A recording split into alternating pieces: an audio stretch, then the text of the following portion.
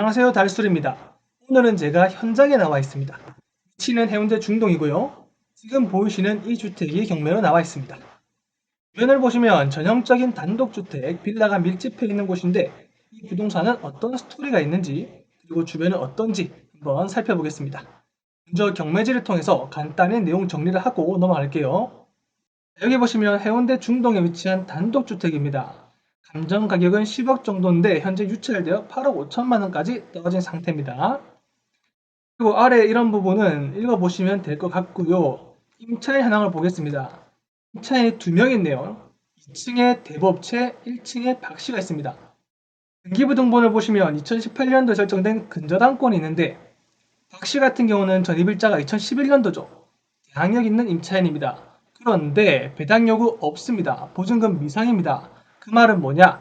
만약에 보증금이 있다면 그 보증금 전액을 누가 떠안아야 된다? 입찰자가 떠안아야 된다. 이 부분은 가장 중요하게 봐야 될 부분이고요. 근데 근저당권 설정자 누굽니까? 대부업체죠. 같은 날에 뭐가 설정됐습니까? 전세권 설정됐죠. 자, 대부업체에서 근저당권과 전세권을 같이 설정했습니다. 그 이유는 간단합니다. 간단하게 말씀드리면 이렇게 전세권이 설정되어 있으면 새로운 임차인 못 들어오겠죠. 누가 들어오려고 하겠습니까? 새로운 임차인이 들어오는 것을 막는 역할을 하는 겁니다. 왜냐하면 최우선 변제 금액 한도 내에서 임차인을 받게 되면 대부업체보다 먼저 일정 금액을 배당받아가기 때문에 대부업체 입장에서는 손해가 발생할 수 있기 때문입니다. 그래서 전세권을 설정한 거고요. 입찰자 입장에서는 근저당권과 함께 전세권이 소멸되기 때문에 신경 쓸 부분은 없지만 다시 한번 말씀드리자면 이 임차인 박 씨의 보증금은 지금 미상이기 때문에 이게 얼마인지 확인하는 것이 가장 키포인트라고 보시면 되겠습니다. 원리는 이렇게 보도록 하고요. 주변을 한번 보도록 하겠습니다.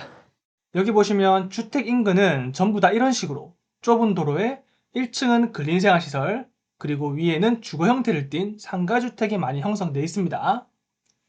자, 이제 밖으로 나오게 되면 이렇게 스타벅스와 맥도날드 드라이브스루가 바로 앞에 위치하고 있고 여기 LCT도 보이네요. 계속 쭉 올라가다 보면 이쪽으로 가게 되면 해운대 바다가 있고요. 이쪽으로 가면 달맞이 길이라고 해서 관광객들이 많이 찾는 곳이 있습니다. 자, 여기 온 김에 해운대 바다를 안 볼 수가 없겠죠? 이 길로 쭉 내려가면 바다가 보입니다. 여러분들도 마음의 여유를 가지시면서 바다를 짧게나마 감상하시기 바랍니다.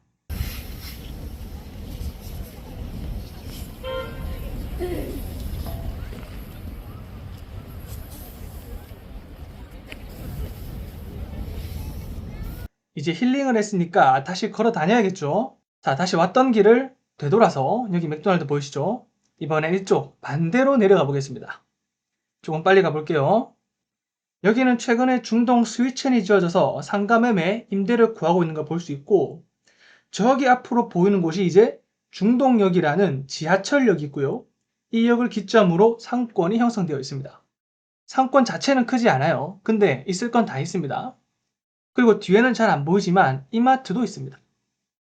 여기까지 하고 이제 다시 지도로 돌아가 볼게요. 그리고 지금까지 봤던 것들을 한번 정리해 보겠습니다. 자, 이제 지도를 보면서 정리해 보겠습니다. 목적물은 여기 위치해 있고요.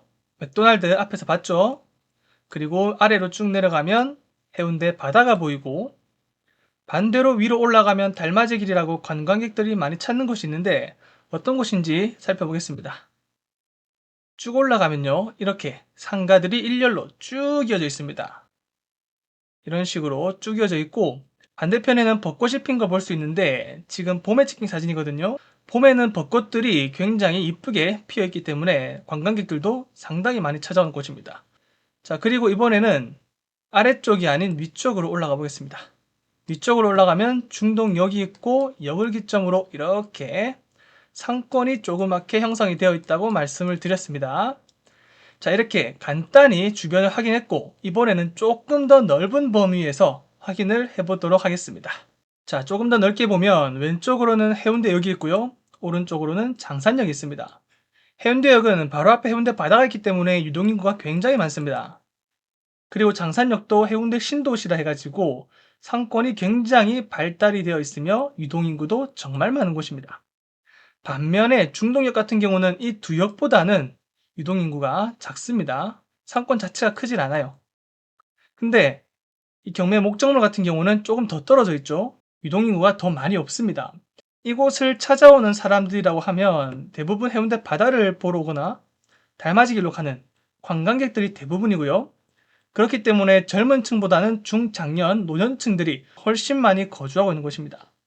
근데 이것도 한 가지 호재가 있는데 어떤 호재가 있냐면 이렇게 범위를 가지는 중동호 재개발 구역으로 지정이 되었다는 겁니다. 23년 3월 13일에 조합설 인가가 난 것을 볼 수 있네요. 근데 제가 직접 가보니까 느낀 점이 뭐냐면 이 재개발을 반대하는 사람들도 굉장히 많다는 겁니다. 플랜카드도 많이 걸려 있고요. 조합 사무실이 있다면 반대 조합 사무실도 있을 정도로 굉장히 찬성과 반대가 치열하다. 그래서 이제 재개발이 될 때까지는 굉장히 많은 시간이 걸릴 것 같다라는 것도 조금 참고해 두시면 좋을 것 같습니다. 그래서 입찰을 하고자 한다면 반드시 임장을 꼭 한 번은 가봐야 되는 그런 곳이라고 보면 되겠습니다. 그리고 실거주 목적보다는 무조건 투자 목적으로 입찰하는 게 맞고요. 마지막으로는 금액적인 부분을 한번 살펴보도록 하겠습니다. 지금 보이시는 자료가 20년도 이후 거래 사례 그리고 제곱미터당 단가를 표시한 자료입니다. 금액적인 부분을 보시면 600만 원대도 있고요. 300만 원 후반, 400만 원, 600만 원이 좀 많이 보이네요. 그리고 비싼 거는 800만 원까지 있습니다. 그럼 지금 경매에 나와 있는 목적물은 제곱미터당 단가가 얼마인지 확인하면서 비교를 해보겠습니다. 자, 경매지를 보시면 지금 제곱미터당 단가가 얼마로 평가되었냐? 824만 원으로 평가되었습니다. 건물 부분은 4천만 원인데 사실상 대부분 토지 가격이라 보시면 되고요.